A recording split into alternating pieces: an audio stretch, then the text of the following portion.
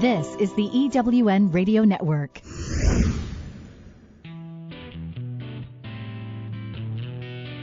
Welcome to Thriving Entrepreneur with your host, Steve Kidd, third-generation minister and business coach. Join Steve and his guests to get answers to your questions and help break through to the next level in your business. Hi, this is Steve, and welcome to Thriving Entrepreneur. Are you a person of influence? What does that mean? And if so, who do you influence? Whether we recognize it or not, we have influence over the people that are in our lives. The influence may be big, it may be small, but we do influence people. Every time we connect with a person, we are influencing their thought process. When a checker at the store, think about this one, is nice and is happy, they smile at us, they say nice things, it can brighten up our whole entire day just from something as simple as a genuine, how are you doing, how are you today? So to help us understand the concept of intentionally influencing the people around us and our world, I've invited today a special guest. His name is Callum Laing. Callum is known for connecting people, and he's known specifically for connecting people in the Asian market. He posts a daily journal that puts out connections and information for people doing business in the Asian market, and he works to help people become a person of influence. So if you would join with me in welcoming Callum Laing. Hi, Callum. How are you today? Hi, I'm very good, thank you. Very good. So for people who are unfamiliar with your work, tell us a little bit about your background. So it's not the most straightforward of backgrounds, but I was born in New Zealand, grew up in the UK, and I've been living in Asia for the last 14 years.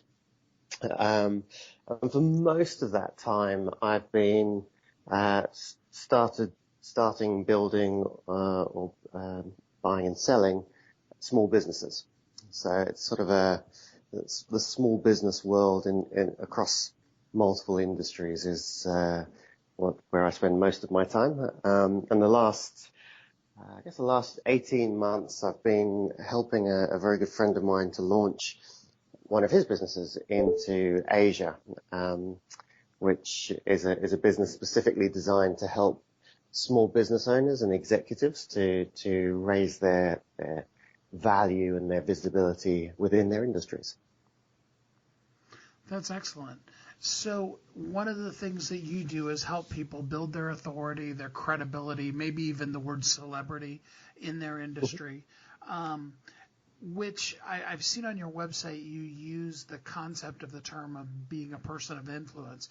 Can you talk a little bit about what it means to be a person of influence?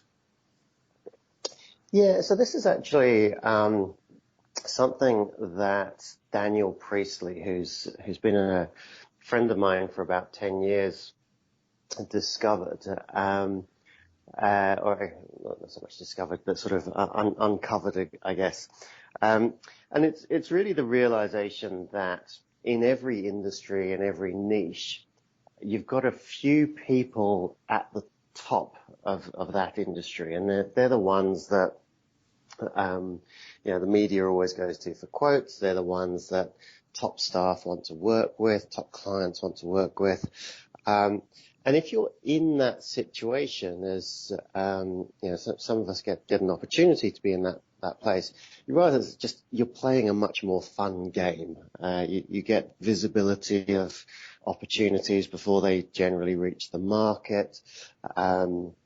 You kind of get to have conversations at a very high level about strategic opportunities. So it's a very nice place to be. And one of the things that Dan realized, having met a lot of people that were playing this game and playing at the highest level, was that they weren't necessarily any brighter than you or I. They hadn't been born with any sort of extra special gifts. But what they were very, very good at was packaging the value that they did have in a way that created maximum value for other people. And so Daniel ended up writing a book called How to Become a Key Person of Influence, which is a great little book. And off the back of that, created a 40-week program to help small business owners and executives to raise their value and their visibility in their industry. And that's what I've been helping him. So he's launched it in the UK, Australia. I've helped launch it in Asia, which is obviously a very, very exciting market at the moment. But yeah, it's that idea of being in a position in your industry or in your niche where you can kind of affect change and have the biggest impact. I know when we think about people like that are really people of influence and really the big hitters in a particular industry, our minds usually go to either celebrities or large business owners like Bill Gates and Donald Trump and people like that. But is it necessarily those kind of people, or is it people that have smaller businesses that sometimes can actually be the person of influence in their industry? Yeah, absolutely. I mean, those big players are great examples of playing at a very big level. But we live in great times now to be able to build up a customer base based around values rather than around geography. So, even 10, 20 years ago when you were building a business, most of your clients would be in the same geographic area. Now you can build a business based around people that share the same values as you. But they could be, any of the four corners of the world.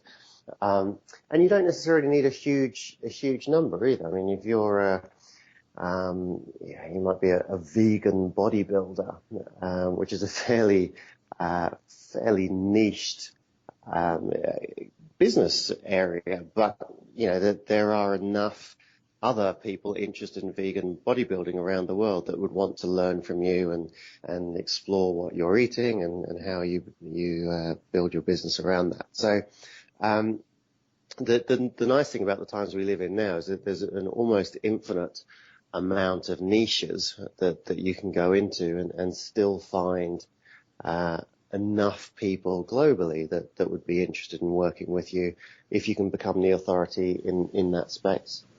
And Kathy and I love talking to people about being the celebrity authority in their industry. So often we take for granted how much of an authority we are at what we do. We do it so easily. We do it with so much grace and ease that we look at it and we immediately discount how empowered, how impactful, and how empowering to others that is. What we need to really realize and really embrace is our unique brilliance, and then shine that to the world so that people can get what they need from the gift that we were put on this planet to give to the world, if that makes any sense. So what I'd like for you to do during this first commercial break is take a little bit of time here, relax, breathe, think about the people in your life that you're already influencing, and then I would encourage you to think about what are you uniquely brilliant at and how can you share that with the world. And we will be right back. Hi, I'm Sandra Yancey, founder and CEO of eWomen Network. My theme for the year is Say Yes to Success. And guess what? Our annual International Conference and Business Expo that's coming up August 6th through the 9th, we're going to have not only a wonderful lineup of speakers and thought leaders like CNN's Soledad O'Brien or Matthew Knowles, the famous father of the famous Beyonce, and Jean Smart from Designing Women, but this year you are going to be part of the experience. This is one of, if not the only conference that will balance your experience between learning from the wisdom of great speakers to hands-on living it through laser coaching, journaling, and interacting and sharing with other conference attendees. Oh yeah, and we have the best party in town on Saturday night, dancing till you drop to one of the best bands in Dallas. Visit eWomenNetwork.com for details and how you can be part of this life-changing experience as you embrace your yes to success. Beautiful job, eWomen! Are you ready to be a celebrity expert in your field? Are you your own best-kept secret? Do you have talents you want to share with the world? Are you ready to be seen as an authority? Do you have a message you need to share with the world? You know to your core you can help people if you could just reach them. Kathy and I want to help you share your unique brilliance with the world. Are you ready for this? How would you like to be recognized on top media outlets? What would becoming an Amazon bestseller do for your business? How many people could you inspire? And it doesn't take a lifetime.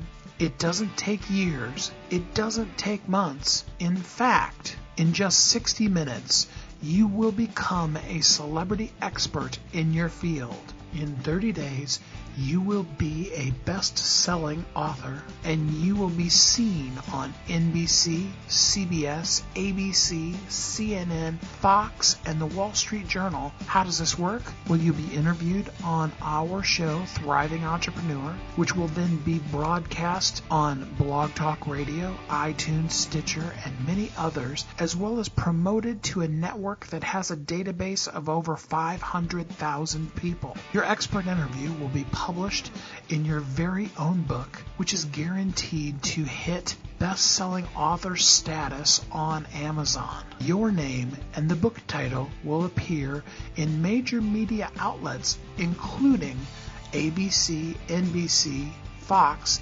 CNN. We can guarantee that. Plus, as a bonus, you'll get a custom social media package to promote your book and an MP3 of your interview with 5 key tips on how you can repurpose the content for marketing and sales. Don't be the best kept secret. Get ready to play an A game and be the authority in your field. Go to WeHelpYouThrive.com and click on the authority package to get yours today. Welcome back to Thriving Entrepreneur.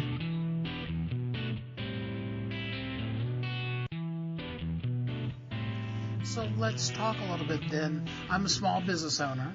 I want to be seen as the authority in my industry.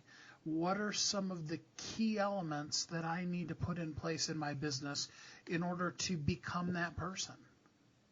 Yeah, so first of all, this isn't about kind of tricking anyone into, it's not about manipulating the market or doing this in an unethical way. You need to have spent some time in your industry. You need to understand how you can create value for customers. But equally, it doesn't mean that you have to have spent 20 years in the industry. It doesn't mean that you have to go and get vast numbers of certificates and training programs and that sort of stuff. Because often these people that you see that are high profile, actually they're not the most qualified. They're just very good at articulating it. So the first thing is your ability to articulate how you create value. And in our terminology, we call it the pitch. Your ability to pitch an idea into existence and pitch it in a way that other people will go out there and pitch it on your behalf. And I think, for most small business owners, we tell people 100 times a week what we do for a living. But we actually don't give much thought into how that message is resonating. So one of the first things that we do with our clients is get them to sit down, follow a framework, and get very, very clear about how they create value in the world, and how they articulate that. So the first thing is pitching, and really, whether it's a Donald Trump or a Richard Branson or any of these guys, nothing happened until they were able to pitch it into existence. Nothing happened until they were able to persuade an investor or persuade top staff members to come and work with them, or clients to take a risk on them. So pitching is key. The second of the 5 elements that we get our clients to work on is getting published. So whether that's writing a book or just getting regularly published on blogs or industry magazines, it's a way of getting your intellectual property out into the world. And there's a couple of kind of really interesting parts about it. The first is by sitting down and writing, it actually forces you to examine what you know and what you don't know, which is a very useful process to go. We generally, we're all very busy. We don't spend that much time on introspection. So it's a useful process from that point of view. But it also, again, we live in a time where you can write a blog and you just got no idea who that's going to resonate with at what point in the future. I mean, it's fascinating how many people, can read an article from, something that you wrote years ago, and the message resonates with them and they seek you out because they want to do business with you. So publishing is also really about building your credibility in the industry. It's proving that you've got a viewpoint, proving that you care. The third one that we get our clients to focus on is building a product ecosystem. And what I mean by that is a lot of small business owners are doing the sort of typical time for money exchange. They're charging by the hour or by the month, the consultancy or whatever it is. And there's a very natural glass ceiling to how much money you can make if you're in that environment. So with all of our clients, we get them to build up a product ecosystem, which includes, it might include free gifts that they give out to prospects. It might include some low value products and some high value products. And the interesting thing is when you have that ecosystem, you're never really sure which one is generating the most interest in you, but you know that you're always going to have a level of interest. It's kind of, if you look at someone like Jamie Oliver, the celebrity chef. I think he's fairly well known in the US now. But he has restaurants, he has books, he has food lines, he does sponsorships. If you want him to come and speak at your event, you pay probably $100,000 to have him come and speak, yet he'll go and give a TED talk for free. So he has an ecosystem around him, and at some points the restaurants will be the major generator, and some points his new books will be the major generator. But he's always got this flow of customers coming into his ecosystem. And so we encourage all of our clients to build up that ecosystem so they're touching people at many more points than a traditional business would.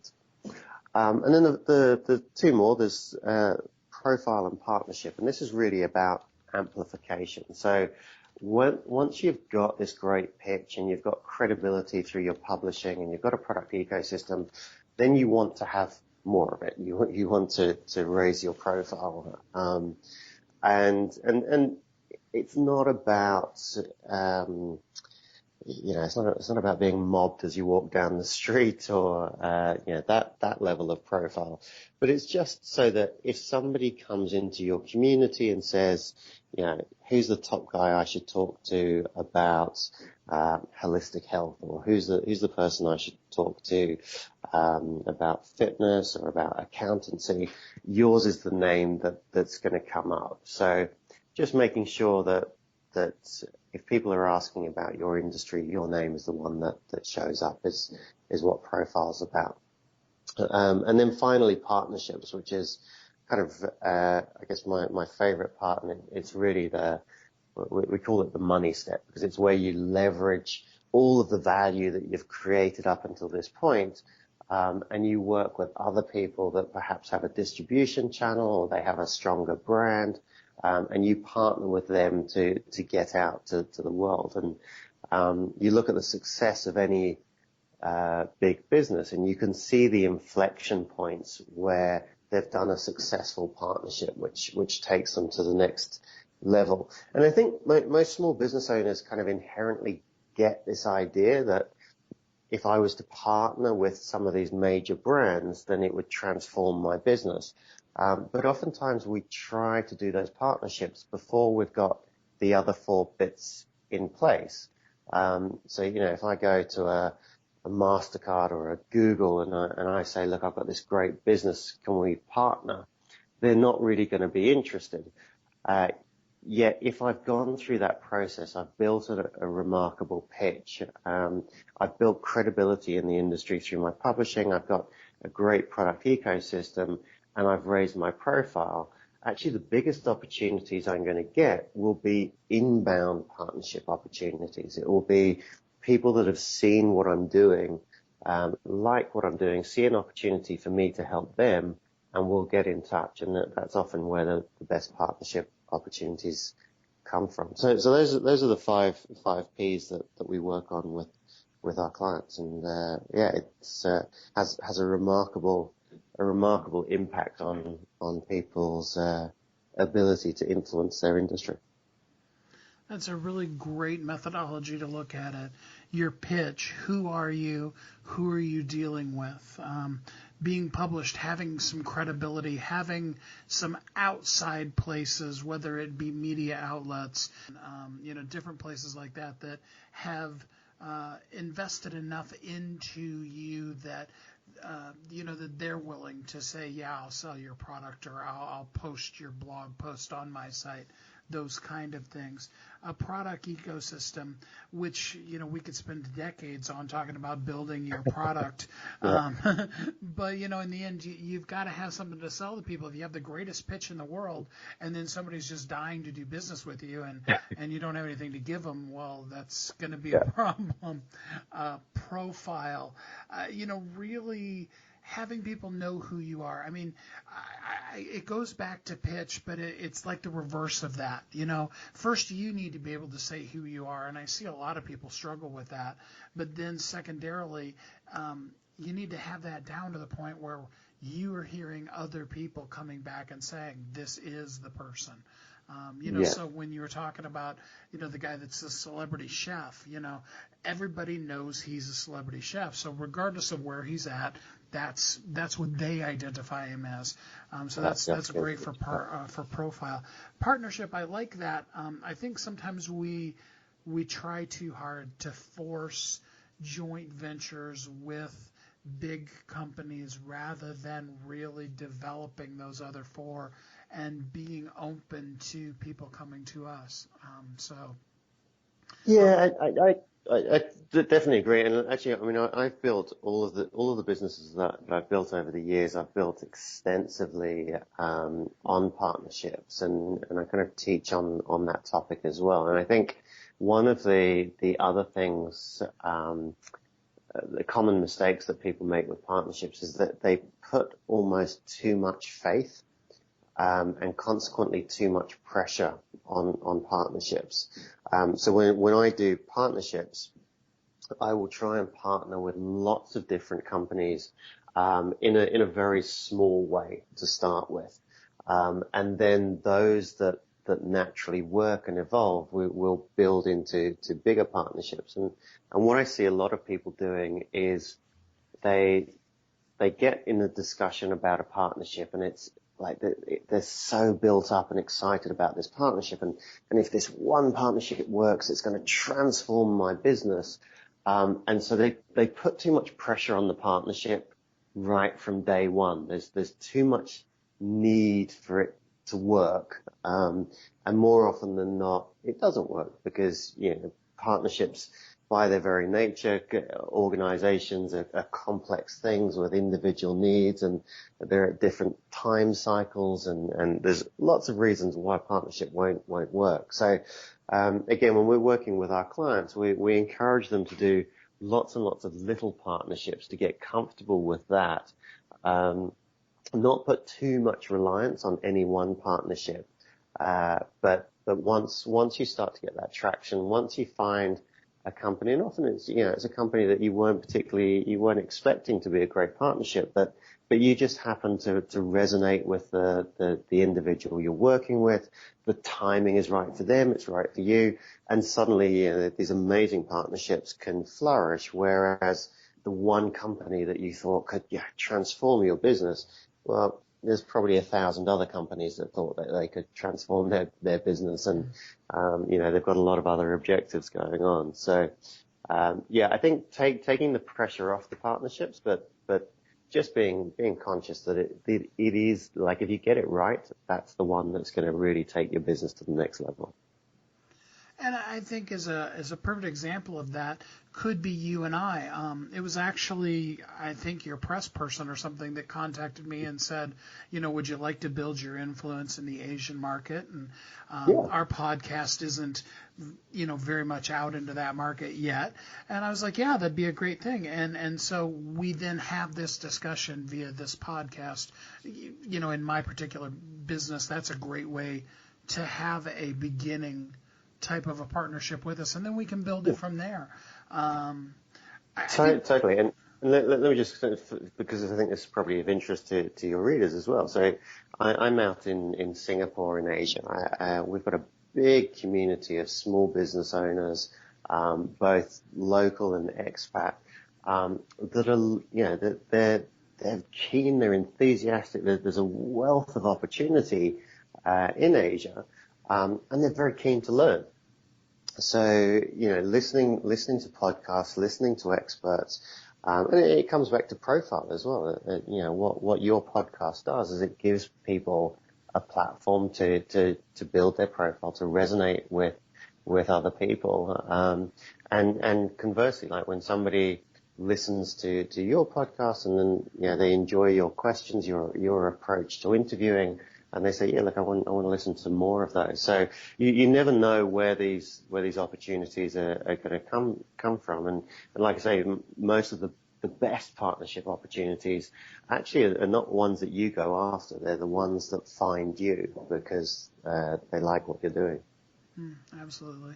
And the other thing to it is without having said it, one of the things you've said on each one of those 5 points is it's good to have somebody that's outside of your company that's advising you, a coach, a mentor, an advisor board, whatever that might look like in your company.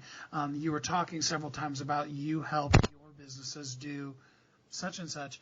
And it's good to have that person that isn't daily invested and isn't, right down there in the dirt with you, because sometimes they can stop and go, hey, did you realize that, you've dove in head first into this partnership when in fact there's these other 5 that you could also be doing that may be just as impactful. So I think that's a big part of it.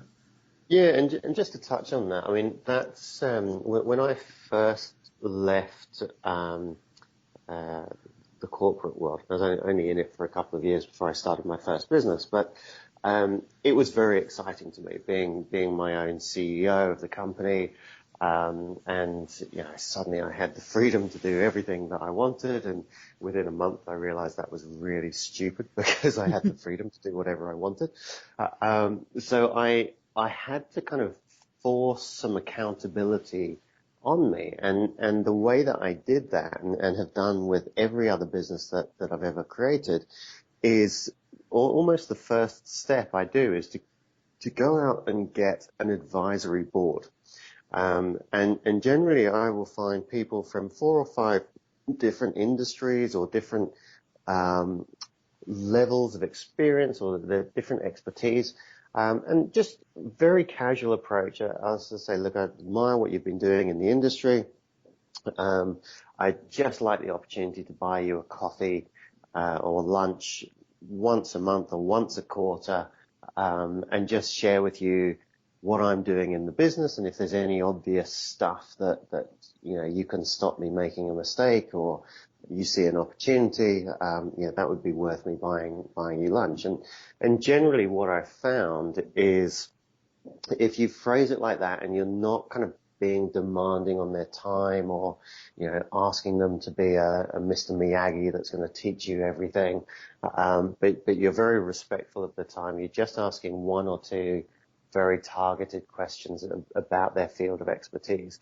The most people are very, very happy to help. And when they see that you're developing it, when you see that you take on their ideas and you test it and hopefully you get some progress, then they become more involved, but it's then their choice. And very often the advisors in my companies have actually become investors, have become partners, and often we end up finding ways to work very closely together and can often end up working together for years and years. But it starts with that idea of getting somebody outside of your business that can give you a fresh set of eyes. It's very important. Always be willing to take the advice. There's the old saying, when you're green, you're growing, and when you become ripe, that's actually the first stage of beginning to rot. And the last thing we want to have happen in our business. Let's change just a little bit here and look at the other side of it. What are the things that most businesses find are keeping them from being a greater influence in their niche? Yeah, so I think one of the biggest challenges that small business owners have is just not being in a particularly great environment. So you come into work, and either you're working on your own or you've got a small team, and there's kind of a pressure to be busy doing stuff. And so what happens is that there's a never-ending to-do list of stuff to be done, and so we tend to pick the easy and the quick things that we can kind of make some progress on. But very often those aren't the high-value activities. So one of the things that we do with our clients, and obviously can be done with a KPI program, but it can also be done sort of at a small informal mastermind level, is to surround yourself with people that will hold you to a higher level and people that will question where you're spending your time. So, obviously within the Key Person of Influence program, our objective for everyone in that program is that they become key people of influence in their industry. That is a great point. Are you a key person in your industry? Are you a key person of influence in your industry? Some of you are going to immediately say, absolutely, yes, I am. Some of you are going to say, totally, I'm not. The point being is that as a business person, we want to be growing our influence in our industry. It's so imperative that as business people, we take on ourselves the privilege, really, of becoming a key person of influence in our industry.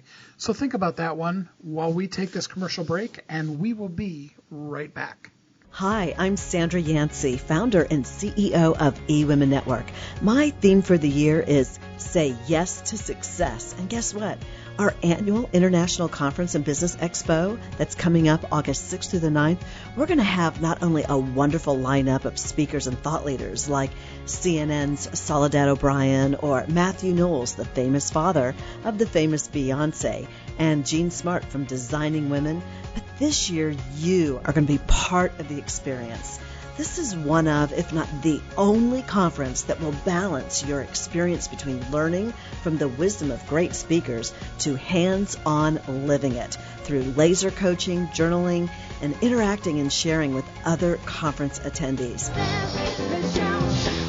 Oh yeah, and we have the best party in town on Saturday night, dancing till you drop to one of the best bands in Dallas. Visit eWomenNetwork.com for details and how you can be part of this life-changing experience as you embrace your yes to success. Beautiful job, eWomen. Are you ready to be a celebrity expert in your field? Are you your own best-kept secret? Do you have talents you want to share with the world? Are you ready to be seen as an authority? Do you have a message you need to share with the world? You know to your core you can help people if you could just reach them. Kathy and I want to help you share your unique brilliance with the world. Are you ready for this? How would you like to be recognized on top media outlets? What would becoming an Amazon bestseller do for your business? How many people could you inspire? And it doesn't take a lifetime.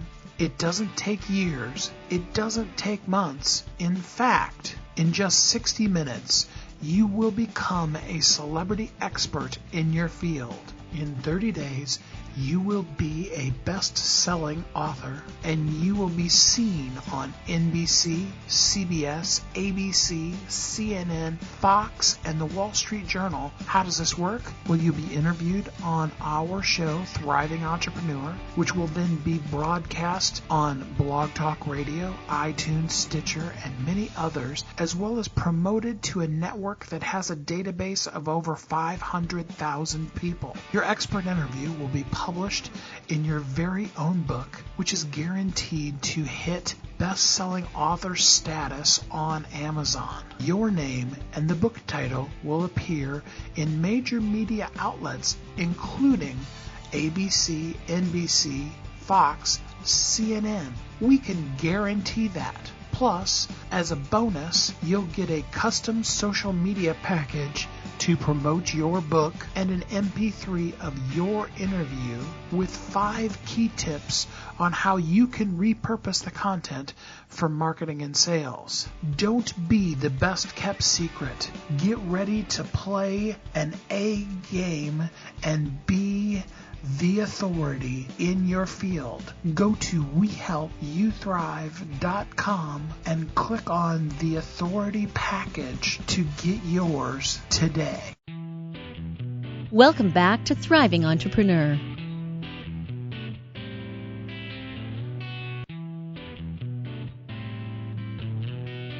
So, do you think the thing is then that people just want to jump to, I heard my dad say one time, everybody wants to be a return missionary. You know, they don't actually want to go to some horrible place and get some horrible disease. They just want the fame. So is that what gets in the way of most small businesses, is looking ahead to people who have already succeeded and trying to emulate them rather than doing the behind-the-scenes work first? Yeah, I think that's definitely one of the challenges. I mean, we talk a lot about little wins and quantum leaps, and what we mean by that is, as a small business owner, you want to be looking at what are the little wins that you can get on a daily basis. We all want, that big mega client that will transform our business, or the dream salesperson that will come in and transform our business for us. And I think a lot of small business owners kind of get paralyzed looking for those big deals, those big moments that will transform the business.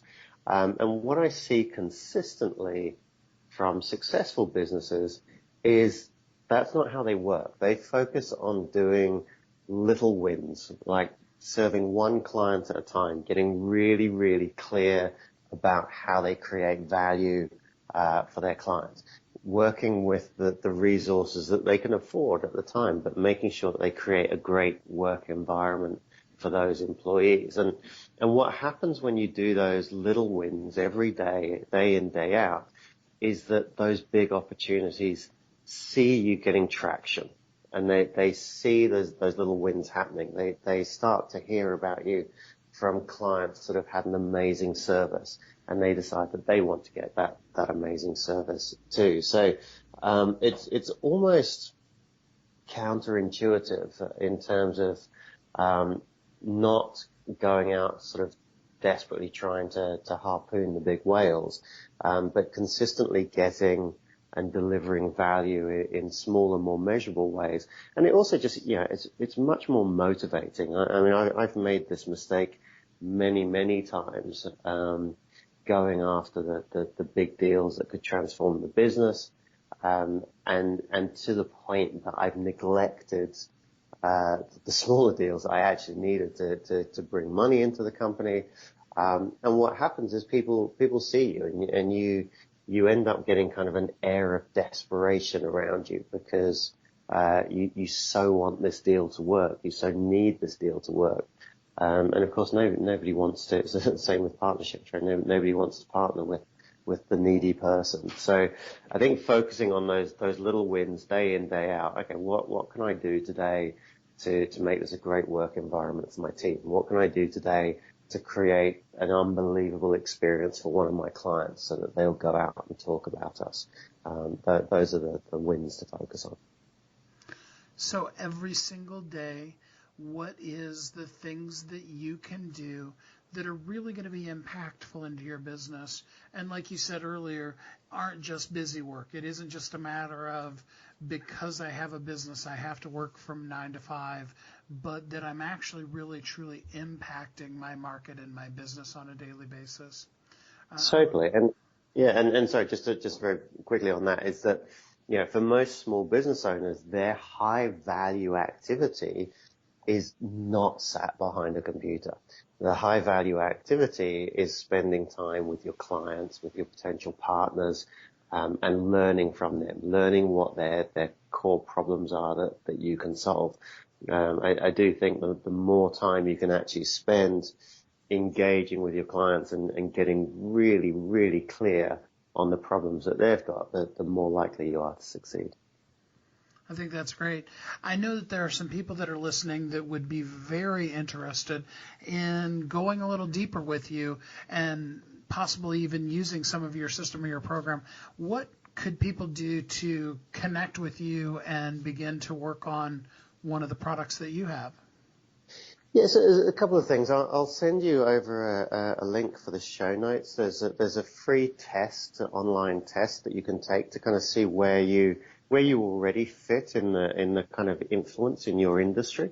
And then obviously there's Daniel's book, Become a Key Person of Influence. If you're interested in doing business in Asia, then I'd love you to drop by my website or Twitter. So my website is callumlaing.com, CALLUMLAING.com, and on Twitter I'm Laing Callum. They look more than happy to be reached out to and see if I can help in any way. And I really encourage people to take the time to connect up. I know there are a lot of people that are listening that may not be doing business in Asia yet, but there are people there that are looking for, and your brilliance isn't geographically bound anymore. In fact, the less you bind yourself to a geographic region, the better you will be at actually reaching the people that really need what you have to bring. Well, absolutely. Yeah. What we like to do here at the end is make sure that we leave people with some really concrete things that they can do right now, like this week, today, kind of stuff that they could do to really consciously begin to build their influence in the industry. What would be the number one thing you would say? I would say fundamentally, look at how you're answering the question, what do you do? So if you're still answering the question, what do you do, by saying, I'm an accountant or I teach Pilates, you're missing a huge opportunity to pitch how you create real value in the world. So take some time to write out an answer to that's a little bit more comprehensive, that maybe shares a story about how you've worked with one of your clients. And just use every opportunity you can to pitch how you create value in the world. And I think it's the number one thing that can make the biggest difference in your business. We're working with a woman now who's gone from charging $220 a session to $5,000 a session. And the only thing that's changed is how she's pitching and defining her value. So yeah, it can have a huge impact on the business. So could you give us an example of a pitch? Yeah, so I can give you a great one. There's one of the personal trainers that we worked with in London is a guy called Lazo Friedman, who's a personal trainer. He was charging pretty much market rates, like £30 an hour for his time. So if you asked him what he did, he would say, I'm a personal trainer and I charge £30 an hour. And when he came through the program, we challenged him to niche down with who he'd work with and to come up with a more compelling pitch. And so now if you ask him what he does, he says, I do radical 12-week body transformations, but I only work with directors and CEOs that do amazing things in the boardroom, but look really average in the bedroom. And I charge £10,000 on result. So it's a very, very hyper-niched market. He only wants to work with executives that are doing amazing things in the boardroom, but, have probably let their bodies go a little bit. And the interesting thing is, £10,000 for a 12-week program, so that's probably, $15,000-20,000 US for a 12-week program. That's no small amount of money. But he's selling the result. And the result is at the end of those 12 weeks, you're going to have your six-pack. And especially executives and directors of a company are used to thinking in terms of results. And they're used to, they're happy to pay for a result. So, yeah, Lazo was able to sign up 25 people over the course of the program at that £10,000 price point. So he went from a personal trainer that was kind of borderline, not making a lot of money to suddenly making a huge amount of money, only working with people that he really wanted to work with, and really enjoying the work he did again. So, that's just one example, but just putting a little more thought into how you express the value that you create in the world pays dividends. I think that's really important that we know that people want to, A, know what result are they going to get for it, and B, that they can identify themselves in it. Or, one of my guests said a couple of weeks ago, it's okay if people identify themselves as not being that too. Absolutely, yeah.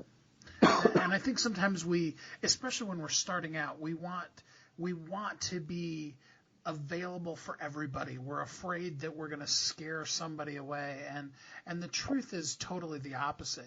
We'd really rather have our market be 2 people and then build it to 3 rather than have it be 20,000 and not reaching any of them. Yeah, no, absolutely. It's one of the things that terrifies entrepreneurs the most is saying no to any particular customer. But actually you have to own a niche. Once you own that niche, it's possible to then expand and start to own multiple niches, but you have to start somewhere, and that means saying no to the people that you don't want to work with. Yeah, you mentioned Richard Branson earlier, and when he first started, he had one very specific thing that his company did. And, Virgin has mobile and airlines and all kinds of stuff now, but they didn't start out with all of those different divisions. They started out with just the one thing. Yeah, and also his, if you look at his niche, you can niche across verticals or horizontals. So, even though he's now got 400 companies within the group, every one of those companies focuses on 3 things. So I think for him, it's always about challenging the status quo. Like if there's a monopoly, he wants to challenge it. He always champions customers. So he always wants to be the best for customers. And the third thing is that he always wants it to be a fun work environment. So that's his niche, is like, can we challenge the dominant player? Can we champion the customer, and can we make this a fun place to work for the staff? And if the answer to those is yes, then he'll go into that potential business opportunity. So he's learnt over time that where he can and can't niche around that. But you're right. He started off with record shops, and he owns that part of the market. Well, Callum, I really appreciate you taking the time today. I know that people have gotten just a ton of great information out of this, and I do hope that people will go to CallumLaing.com. That's CallumLaing.com, and check out some of the stuff here. And I'm sure that you will be glad that you did. Thank you so much for your time today. Oh, thank you, Stephen. It's been a lot of fun chatting to you. So now you know that you are a person of influence. You influence the people in your life, and you influence your customers. The thing about it is, you need to know that if you are not exposing what you do and who you are to your world, to your audience, to your target market, whichever those words you want to use, then you won't be influencing the people that you can be influencing, and more importantly, the people that you were put on this earth to influence. I encourage you today to really embrace the concept that you are a person of influence. Remember, I always tell you, you are uniquely brilliant. You were created for a purpose. The world needs you. Kathy and I are here today to help you when you're ready to play a bigger game and share your influence with the world. Until then, I hope you will live your life as a thriving entrepreneur every day. Have a great week. Thanks for listening to Thriving Entrepreneur today.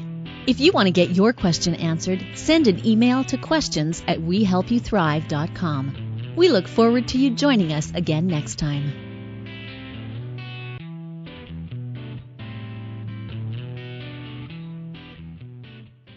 Are you ready to be a celebrity expert in your field? Are you your own best-kept secret? Do you have talents you want to share with the world? Are you ready to be seen as an authority? Do you have a message you need to share with the world? You know to your core you can help people if you could just reach them. Kathy and I want to help you share your unique brilliance with the world. Are you ready for this? How would you like to be recognized on top media outlets? What would becoming an Amazon bestseller do for your business? How many people could you inspire? And it doesn't take a lifetime. It doesn't take years. It doesn't take months. In fact, in just 60 minutes, you will become a celebrity expert in your field. In 30 days, you will be a best-selling author, and you will be seen on NBC, CBS, ABC, CNN, Fox, and the Wall Street Journal. How does this work? Well, you'll be interviewed on our show, Thriving Entrepreneur, which will then be broadcast on Blog Talk Radio, iTunes, Stitcher, and many others, as well as promoted to a network that has a database of over 500,000 people. Your expert interview will be published in your very own book, which is guaranteed to hit best-selling author status on Amazon. Your name and the book title will appear in major media outlets, including ABC, NBC, Fox, CNN. We can guarantee that. Plus, as a bonus, you'll get a custom social media package to promote your book and an MP3 of your interview with 5 key tips on how you can repurpose the content for marketing and sales. Don't be the best-kept secret. Get ready to play an A game and be the authority in your field. Go to wehelpyouthrive.com and click on the authority package to get yours today.